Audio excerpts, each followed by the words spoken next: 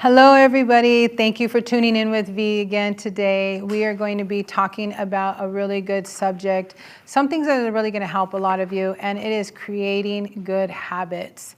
And so let's get into it. Let's get into it. Please feel free to like, comment, and share this episode with anybody you know.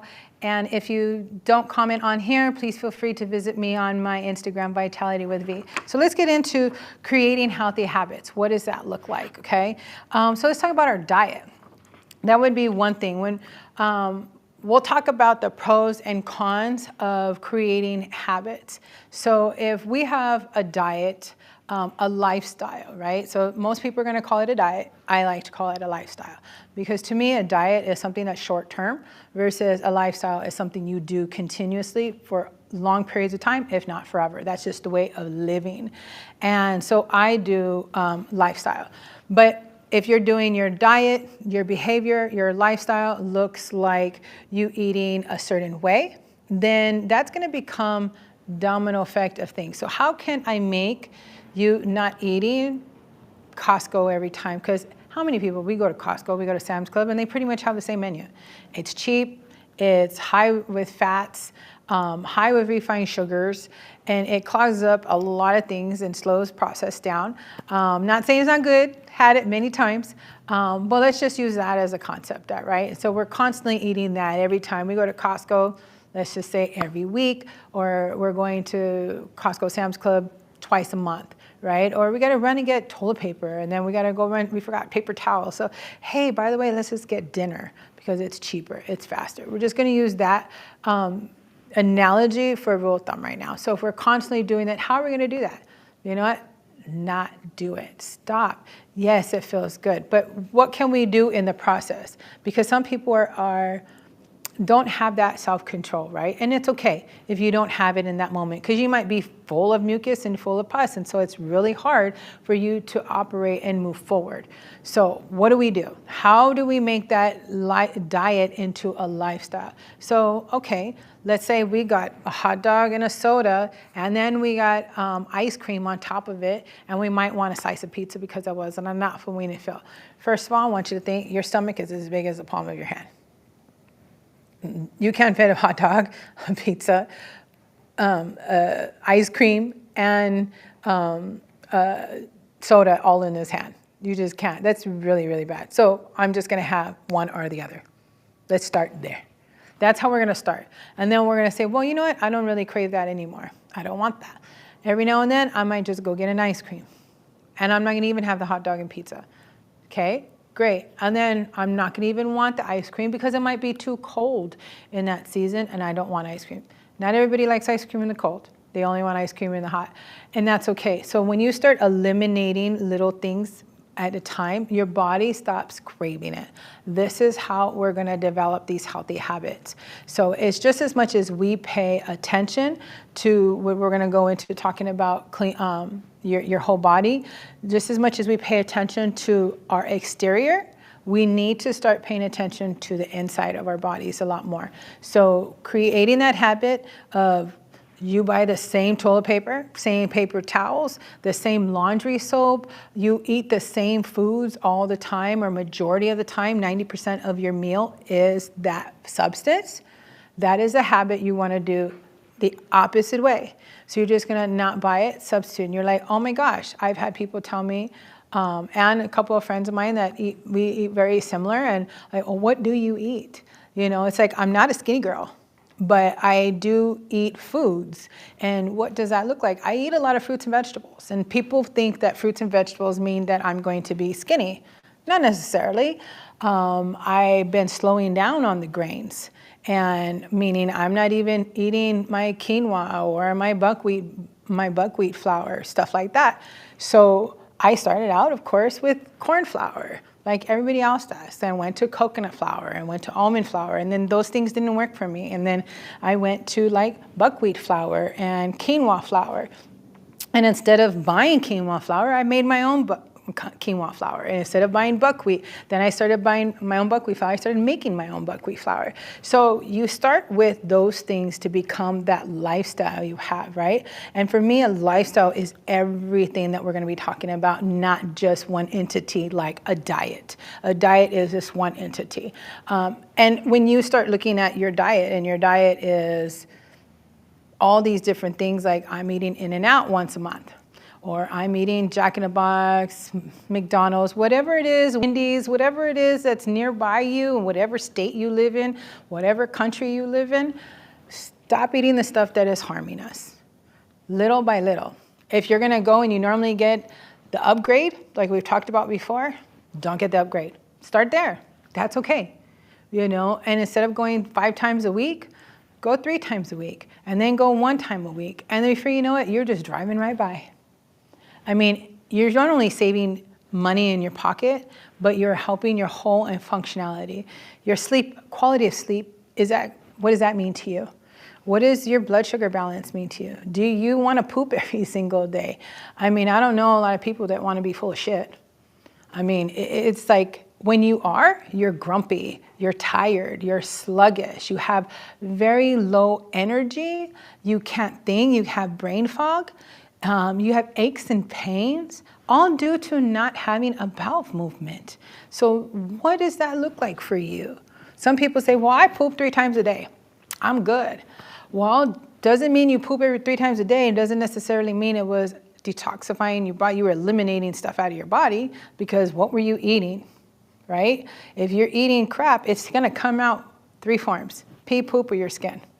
People who have a lot of acne are pus-forming people, and it's trying to extract out of their skin.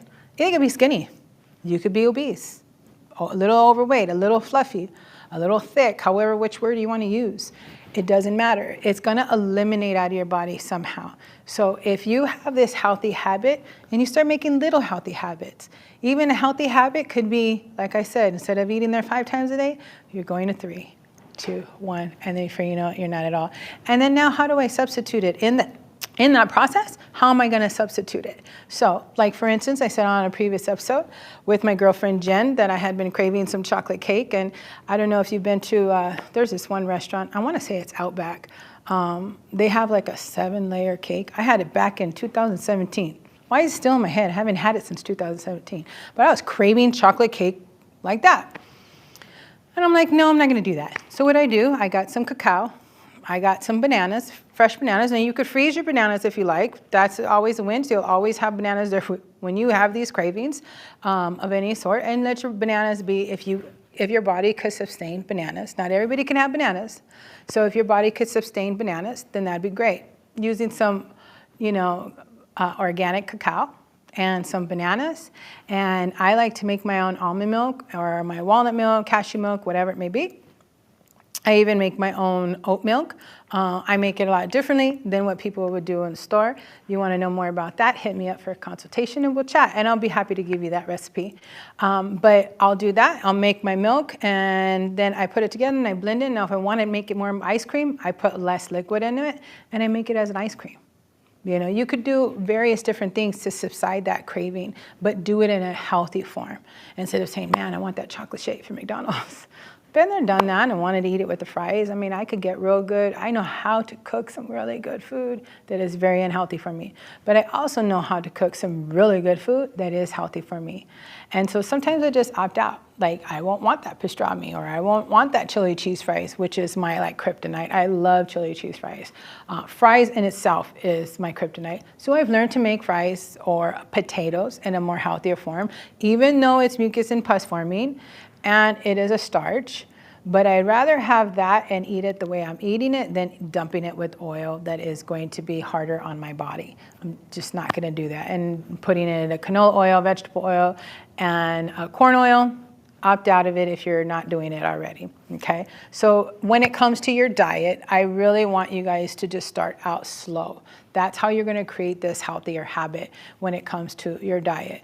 If you're drinking a soda, drink agua fresca, make it yourself. Honey, fruit, water, that's it.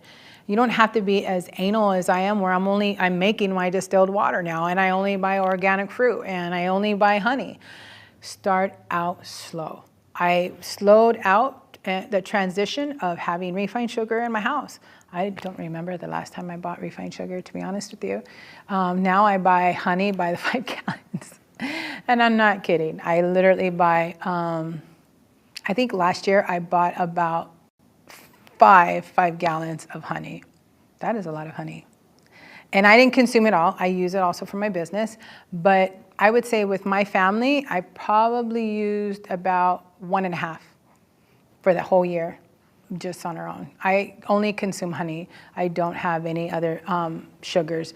Once in a while, I make some like quinoa pancakes instead of having regular pancakes. So I stopped eating pancakes, for instance, then I started making regular pancakes at home. And then I went to making almond pancakes, which that didn't come out too well. I didn't really like the way the almond flour was and the coconut flour, so I kind of like opt out of that really quick. I didn't like the texture of it and the way it was, but that was just me. It's it's more healthier for you than bleached flour, but I just didn't like it. So I started using quinoa. And then, so I make these quinoa banana pancakes. Absolutely love it. And, before eat it, flood it with fruit, or syrup. And then I started doing more organic syrup. And now I don't even use syrup. Now I just make my own strawberry, or fruit chutney. Or if anything, I buy this one particular jar. It's just fruit and pectin, and it comes from France. And I pay a dollar amount for a jar about this size. And so, but I don't eat it all the time. I don't eat it every day. I don't even eat it once a week. So those are the things that we need to look at when it comes to our diet. How often are you doing it? Are you being hydrated enough? If you're not, like, I don't drink water. I only drink coffee. I knew a woman before she died, she only consumed coffee. I never saw her the whole time that I lived in her home drink water. I was like, wow. But I will tell you this, she had horrible skin. She had a wonderful personality, but she had horrible skin. And I was like, I don't want that. When I become that age, I don't want horrible skin. I want to feel vibrant. I don't want to have to wear makeup. I don't want to mask things. I don't want that. If that's what you want, then this is not a video for you. But if you're in that same boat and you're in that transition, you're like, I want more, listen to the things that I'm trying to share with you and just start doing baby steps to get to that point, okay? So when it comes to your diet, just do baby steps and find out what works for you. And if you don't, like I said, hit me up. Another way is hydration. Like I was talking about with water. If you I don't drink water. I don't like water. I don't like the taste of water. At first, I remember when I first heard this, I was like, how do you not like the taste of water? I think water is refreshing. Even when I really didn't drink water as much as I do now. But they didn't like it. So I'm like, okay, well, let's throw some fruit in it. Frozen fruit, if you like it cold. Now, most people are like, I like cold water. Well, what they're not realizing is cold water is actually really bad for you. When you're consuming cold water, you're immediately making your organs cold. It's like putting yourself in an ice bath, right? It will be great for your muscles. It's great for tension, aches, and pains. That's why I just put an ice pack or a cold compress, not applying it on the inside. The inside of your body needs to stay at a 98-degree temperature so your organs and things can start operating and functioning properly. If you're in an ice bath, you're like, oh, well, trainers do that, and that dude is this big, and he's fit, and he's good. That's his life, not yours. You cannot compare yourself to somebody else. You should not compare yourself to somebody else. You should be taking your path. This is your path on your own. I recommend completely that people listen and be in tune with their own body. So if it's hydration, let's talk about, I've had people tell me, I'm only going to drink those waters from Walmart. Well, what is the sugar that's in it? The history behind that sugar is it gives you holes in your brain. It's giving you aneurysms. It will give you Alzheimer's. It will give you dementia. It will give you diabetes, believe it or not. It will give you all these things, Parkinson's. It hurts the nervous system. It has done, if you Google that word, and I'm not going to say the word, just go to you'll see it. It's in a lot of sugar-free products. And Google it, and then there's an article. If you want to know more about it, hit me up on my Instagram and I will share that article with you. And that article will state that back in the 1970s, early 70s, they literally did a test with this sugar, and it was an accident how they came up with the sugar. The man who invented the sugar, it was an accident. It's in a lot of sugar-free products today. And when he invented that sugar, it was paid off by the FDA for them to say, yeah, it's okay. You can go ahead and label it out there that it was for sugar-free. And they did. And the science behind it, they tested it on lab rats and monkeys, and they killed most of the lab rats. And the monkeys, some of them died out of the monkeys that they had, and a majority of them ended up with holes in their brains. You want to sign up? Go drink that stuff. Go eat that stuff. I refuse not to. When I learned about it, I stopped. That was enough for me to say, I'm out. Just like chewing gum. I don't chew gum anymore. I used to be in the hazardous waste industry. And one day I was just so bored. It was really, really low at work. And so I'm like, what am I gonna do? I had this big book about this big on the side of my desk that we would use to profile the waste. So I got my gum pack and I turned it upside down and started Googling, or I'm not Googling, but researching all the ingredients in there in this book of waste items. And so I'm like, oh my gosh, I'm like, you're kidding me. Now, not every gum has it, but majority of it does. And I've gotten a variety of different packets. And I'm like, you gotta be kidding me. Like, this has the same equivalent of the brake fluid we just profiled? Like, wow. Now, it was hard for me to stop chewing gum because it was a habit, like we're talking about here, developing habit. So I stopped buying it. Every now and then I might have a piece. But then now I don't even recall the last time I chewed gum. Like, I really don't.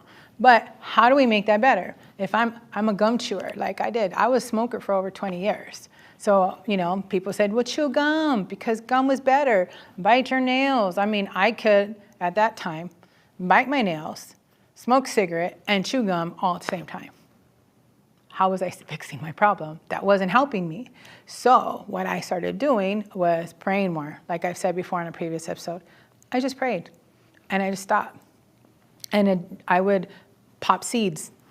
I did that. I did the whole seed thing. But eating too much seeds can be really hard on your upper intestines. Okay? Too much seeds can be hard on your liver. Could be eventually too hard on your gallbladder. And you could have gallstones. Having too many sunflower seeds, too many fats that are in the seeds.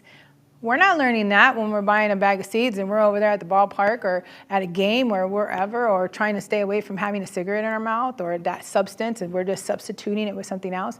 That's not the way I'm telling you to go. What I'm saying is, if you're in that position like I was, one thing that I did was I started praying was one thing that I did. And then after I was done praying, or I needed to continue to do something, I was breathing, walking, occupying myself with that. Stop trying to bite my nails, stop trying to do other things, and just slow process. Slow. And before you know it, you're not doing it anymore. You're not buying it. You're not having that habit. You're developing a good habit when it comes to it. So slow it down, people. Back it up. And let's go to our next point was cleaning your home. Okay, cleaning your home, most people they say, well, I'm clean. Well, one of my other businesses is we clean homes. And I clean homes for elderly. I have a team, and I love doing what I do. I absolutely love it. It's part of vitality. It's part of the wellness. And you get to learn from these people. I love learning from my elders. They've been around for a lot longer than I have, and there's always something to learn. It's just not that they're old or they're of age. They have been around a lot longer, and the Bible tells us our elders should teach us. Elder women should teach younger women. Older men should teach younger men. So we learn how to be women and men of God, right? So I love doing this. And when you have a clean environment, clean car, clean bedroom, if you're only subjected to a bedroom, a clean house, you feel good. You're boosting those endorphins and all this. But if you live in a hot mess, there's something wrong psychologically, right? There's a trauma more than likely that helped you get to the point you're at. why you gravitate to the foods you're eating, why you function the way you do, and what is that foundation? What is the root cause of that problem? That's where I come in to find it out. I'm not the therapist. I might say, hey, you need some therapy. If I can't speak into the knowledge of understanding where you've been. I've been down a lot of routes, but doesn't mean I might necessarily understand that. And where I can't support you to optimize that and not empathize with the fact that why you're gravitating to that type of food or that type of direction. So if your house is clean, if the things you're around is clean, and baby steps, well, this is too much for me. I can't do it. I feel overwhelmed. Then just start picking up that one thing and putting it where it's supposed to be, finding a home for it, right? If everything around you is chaos, guess what? This is chaos. Try it. Because I can tell you, if I look at somebody's home, I can open a cupboard and see what's in there. It tells me what their diet's like. I used to do Instacart.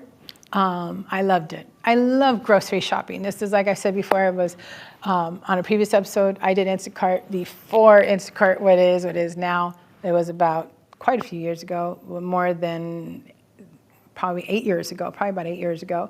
And I loved it. But I can tell by the family or the person that I was shopping for what their life was. I could tell you if they were single, if they were elderly, if they had a family. I could tell you their ethnicity just based off of what they ate. And I would go knock at the door and I'd be like, man, I was right. I was like, this is interesting. But it was like, you could see if they had a lot of children. You could see if they had more than one children. And then I think there was only maybe less than a handful that I was incorrect. But I was really tripping out with the fact that how you can see someone's life by what they eat, how they live. And if you come to my home isn't dirty at all. Everything has its place. My children know that I will go through their room and I teach them to function this way. It's not about being commander, chief, and going in there, ripping them my way, no way. It's me teaching them good, healthy habits. Why? Because one day they're going to grow up and they're not going to be with me and they need to know how to do this on their own. I am not going to be around forever to navigate this ship that they're supposed to be on their own as grown men and women in this world. So I need to teach them this. So having a clean home, clean environment, being clean makes a big difference. When you feel good about who you are, I don't know about you guys, but I know that if I eat something and my mouth feels, it feels really nasty and I don't feel good. Like, I don't want to talk to anybody. I just feel like, standoffish. So, but when I feel good and my teeth are good, I want to smile, I want to feel good. And that's when you have good hygiene and you have a good diet, you want to talk about it, you have good energy, you're more appealing to others, and it's not about being a people pleaser, but it's like, man, you have good energy, right? And people want to be around you. So this all plays a factor in having these good habits. If not, you want to be in your own little circle by yourself, by all means, that's cool. Like I said, this video is probably not for you. Another thing we're going to talk about is your money, right? So building healthy habits and money. And I could probably go into a video with each one of these bullet points, but the fact of the matter is, we're not. And if you want to get into, deeper conversations with me, feel free to DM me and hit me up or email me, because I don't mind talking about this. But when it comes down to your money, we talked about this on other videos of how much you've been paying for something, the habits in that area, like the coffee, the lunch, and all this stuff, and dinners, eating out, what that looks like. You're building this habit. Do you want a habit where you could have a reserve amount of money for anything that you want to do? You want to go out to the fair, you want to go see a movie, you want to go do this, you want to go that, you want to buy a gift for your spouse or your child or whomever. You have the ways and means to be able to do it. You won't if you're building this habit of constantly going out every weekend, or you're having to borrow money, or something gets taken away from you and you need to replace it, and so you're having to call somebody and say, hey, can I borrow X amount of money? Because you did not reserve and build a healthy habit for yourself. Now, I understand, as a single mom previously before, for a plethora of years, totally understand living paycheck to paycheck, dollar by dollar, even cent by cent. Is it still possible? Absolutely. What I've learned now, or what I've learned then to what I learn now and how I can navigate it to now, I will say this. Is there times where you have recycled containers? Absolutely. Majority of people have recycled containers, or they come across recycled containers. Nothing wrong with that. I've done it. I have even, no joke, pulled over on the side of the road, asked my oldest son and my daughter, be like, hey, get that, that's 10 cents. Because back in the day, you were able to put a certain size container in the machine and it gave you 10 cents and the other ones gave you 5 cents. And now they just do it by the pound. But it wasn't that long ago, I told my 15-year-old, hey, you can go and pick up recycles. He's like, no, I'm not gonna do that. I'm like, well, you can't say there's no ways and means to getting what it is that you need. So if you're a single mother, single father, there's always that. There's always getting an extra side hustle, legit, being good about yourself about it. And if not, that's okay. I'm not condemning or, judging anybody by that. But you saving that money or investing your money and building these natural, healthy habits, so this way it doesn't come back to you and bite you in the butt. If you want to be able to put a down payment on a home or have good credit, that is like ideal. And you can say, well, I don't know. I've been in predicaments several times as a single mother where I needed a job and I needed childcare, but I can't have a job without childcare. And I can't have childcare without a job because they won't pay for the childcare if I don't have a job. We all been through positions, but if we take back, and like I've said before in previous video, breathe. Just breathe. And we build these healthy habits of diet, lifestyle, hydration. If we're hydrated, we're gonna think more clearly, and then we're gonna be able to save our money the way it needs to be saved. Not spending out in different places starting from your diet, right? So if you're not eating out 5 days a week, when now it's only 3 days a week, guess what? You have those 2 days a week, you can put to your savings, right? That's what's gonna allow you to save your money. So I put here that what you apply your money to is what you are okay with. Let that resonate for a second. What you apply your money to is what you are okay with. If you're putting your money on that G-string, you're okay with that. There's no judgment here in my conversation. That's what you're okay with. If you're putting the money in McDonald's, that's what you're okay with. If you're okay with putting your money in sodas, or anything else, that's what you're okay with. That's your thing. But no, for every action, there's a reaction, right? So it doesn't necessarily mean it's gonna come at you right now, but eventually what goes up will come down. What goes around will come back to you. So just keep that in mind. What it is you're applying your money to, you're okay with. And meaning if you are eating various different locations, you're okay with that. When are you going to say stop? Because you need to, it's just like when I was talking about on a previous episode about effing cancer. It's not the cancer. It's not about these locations of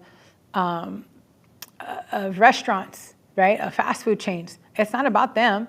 You're the one who says yes to drive through it or walk through it or allow it. If you're okay with it, that's where you're going to spend your money at. You're going to do it. You're going to go to those coffee locations every day. If you want to spend $1,200 a year on coffee, $2,500 a year on coffee and lunch so many times a week, that's okay. Don't say why your car can't be fixed or why you don't have this or you don't have that, because you're the one who made that healthy habit. Whatever that looks like for you, you're the one who did it, right? So when you are stressed out all the time and you have no cash, then you're really wondering like, wow, what am I doing wrong? You're not slowing down. You're not taking a full look at what it is that you really want. Maybe you don't have a why. Maybe you don't have a full understanding. Maybe you don't have someone who's going to support you. This is where you can email me and I could help you with that. Because you're just tired of being unhealthy all the time. Stop, slow down. I literally had a conversation with one of my customers yesterday, and we were texting back and forth. He'd made a comment about something he posted on Instagram. I replied to it. I said, amigo, I'll help you. It's doable. It really is doable. And he's like, oh, this and this, that, whatever reply he gave back to me. I was like, let me know when you're serious. He's like, I really need to get my life in order. Let me know when you're serious. Because I only want to help those who really want to help themselves. I don't have time to waste time. I'm too young to waste time. I'm too old to continuously play the same games over and over again. I want to live the rest of my life, and I don't know about you. Maybe you need to ask yourself this. Do you want to live the rest of your life with joy, love, and enjoyment? Or do you want to live it in catastrophe and hardships and agony and always stressed out? I don't. I don't mind dying because I know what's going to happen to me when I die. I hope that what's going to happen to me when I die. But in this process, I'm going to live my life well, to my full best self. So I am not going to, in order for me to do that, my finances have to be in order. I just got an email this morning. It was so great. I get a notification saying, great job from Experian, telling me that my credit score is going up again. I love it. That boosts my endorphins. It helps me function. I'm like, yeah, because I compete with myself. Do you compete with yourself? And if you have a nice, healthy competition with somebody saying, hey, I need help, do it with me, that's okay. Do it with your spouse. Do it with your friend, your whomever, your child that may need it. Just do it. Start doing little baby steps. It's okay. Even if it's $1 when it comes to money. My son had this commanding officer when he was in the military. And I took on this habit. I was already saving money and I thought it was a great idea. And I said, I like that one. So what he did, he suggested to my son, and my son was calling me every day at that time. I loved it. I miss it.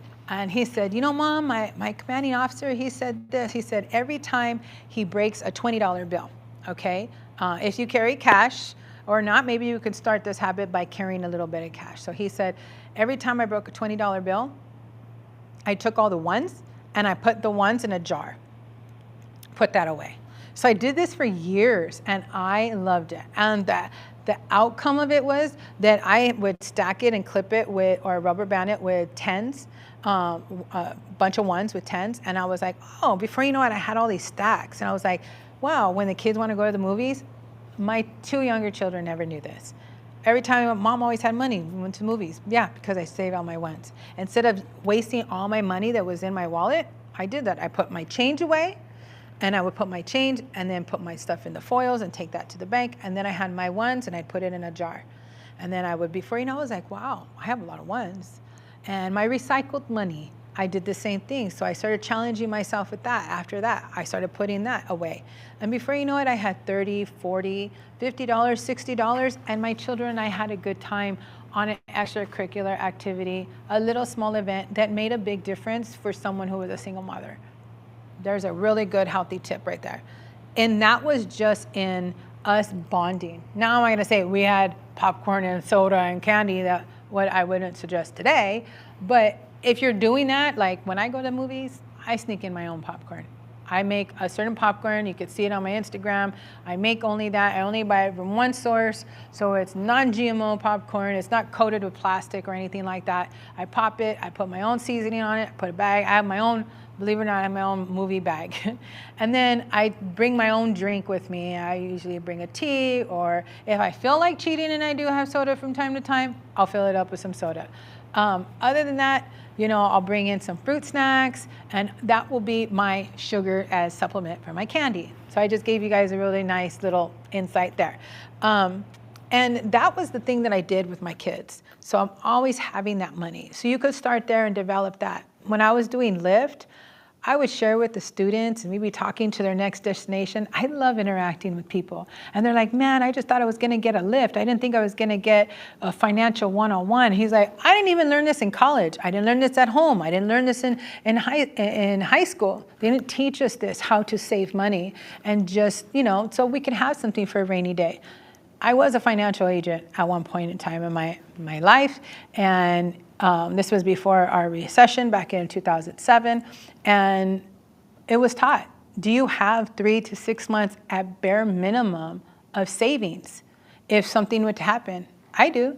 Do you? If not, let me share let me hook you up with somebody. If I can't teach you these little techniques, let me hook you up with somebody that can teach you those things. Because it's so important that we learn how to have these healthy habits, especially with our money, because then we start stressing about why it is that we don't have this money and why we're not able to do what we're doing. I know what that's like. I was a single mom for most of my life. We can't always have the ways and means to do this. So slow it down, breathe. So this way you could develop healthier habits, because when you're stressed out about money, you're going to be stressed out about how you eat. You're going to gravitate towards other things. Your functionality, your whole body is not going to be right. You're going to be like, I don't want God. F God. He's not helping me. And that's not it at all. You didn't stop to slow down, to back it up, to build some healthy habits that you were in control for. So disciplining yourself with a healthy routine for yourself and your children. If there's any children at all, build that, because you need to have that healthy routine for you and your family. Kids need routine, people. If you have children, they need a routine. Your children need discipline. We all desire a form of discipline, and people go, I don't need to be, you do. It's part of your natural mechanism, whether you want to believe it or not. Discipline yourself just to do small little things like I've been saying, and it's okay. And if you have children, that's even more of an effort for you to want to do it. If you have someone you care for, it should be a reason why. A conversation I have with my husband, no, it's not here on my notes, but I'm going to share this because it just brought up a thought, was I tell him, like, if you're going to do that, like when we got together, I didn't sign up to be his nurse, okay? I didn't sign up to be his nurse. I didn't sign up to be his mom. I just signed up to be his partner, to be his partner, as like we say in the worldly lingo, the partner in crime, right? Whatever that looks like. But to be his partner, to be there, to love him, support him, empower him, encourage him, do life together, not me take care of him. If it comes to that point in our old age and I am physically able to do so because he's just old, we help each other up, like those Instagram little reels that we see, that's adorable. But I don't want to be his nurse. So if you're going to eat that orange at night and you have high blood sugar, don't be eating that orange at night when I told you over and over again not to eat that orange at night. I've told him, I'm not going to sign up to be your, excuse me, I just dropped this. I'm not going to sign up to be your nurse. I really want you to take care of yourself. So if that can be your reason to slow down and back it up and say, hey, you know what? I'm not doing all the things I need to do to take care of me, because that spouse can pass away. Your partner can pass away, and you have to take care of yourself. Are you able and financially, spiritually, psychologically able to take care of yourself? If you're not, you need to outsource that. Don't leave it on your spouse to take care of it for you. That's a lot of weight on them. They didn't live life to take care of you in that form.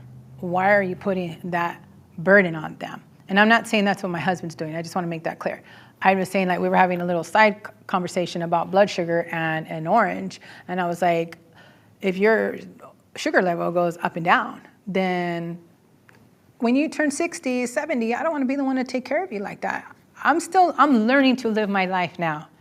And I didn't sign up for this. Not saying I'm going to opt out. And it wasn't a threat or giving them an ultimatum or anything like that. I was just trying to bring awareness. And he was like, very well noted. Don't worry, that's not going to happen. A couple is not supposed to complete each other. A couple, a partnership, a marriage is supposed to complement each other. You walk hand in hand. God sees you as one. You're both seeking God to come vertically together. Why be off balance? And that comes with their health. If this one's not saving money and spending money, and they're not on the same page, why are you over here? That's why God talks about being equally yoked. Together, we're both doing the same thing, but coming together. Seeking God, coming together. So it's the same thing with diet. He can't be going eating, or her going to eat, one can't be eating the average American diet and the other person eating healthy. It's not. Like, my husband's seen, like, his diet has significantly changed. When he met me, he had high blood pressure, high blood pressure and diabetes. On medications, now on 0 medications, and has a neither or. I love it. We're working on other things. You look at both of us, we look like we both gotten younger, even though we have a little bit more gray hair than we first started. Because in all honesty, we were both dyeing our hair when we first got together. One day you'll see him on an episode with me. And we'll be talking about some good, healthy stuff, maybe relationships, because valuing your spouse and valuing yourself starts with you valuing yourself to be able to value your spouse. So in that, I want to just end this conversation with, at the end of the day, these things that we don't take care of start creating major challenges for us. What does that look like for you? What do you want it to look like? Let's answer that question. What do you want that to look like for you? Because if we don't create these healthy habits, if we don't start looking in the mirror and seeing what is going on right now, we don't have to change it all at one shot. Baby steps. Don't leave your issues and challenges of things that you, in chaos that you created, to pawn it off to somebody else to take care of your children, your spouse, your partner. Not even putting it in the hands of the medical field, because in my opinion, I don't believe that they're going to be taking your best interests at heart. You have to, at the end of the day, love yourself enough to create these healthy habits. That is it for today. Thank you for tuning in with V. And please feel free to like, comment, and share. And if not, please see me on Vitality with V on my Instagram.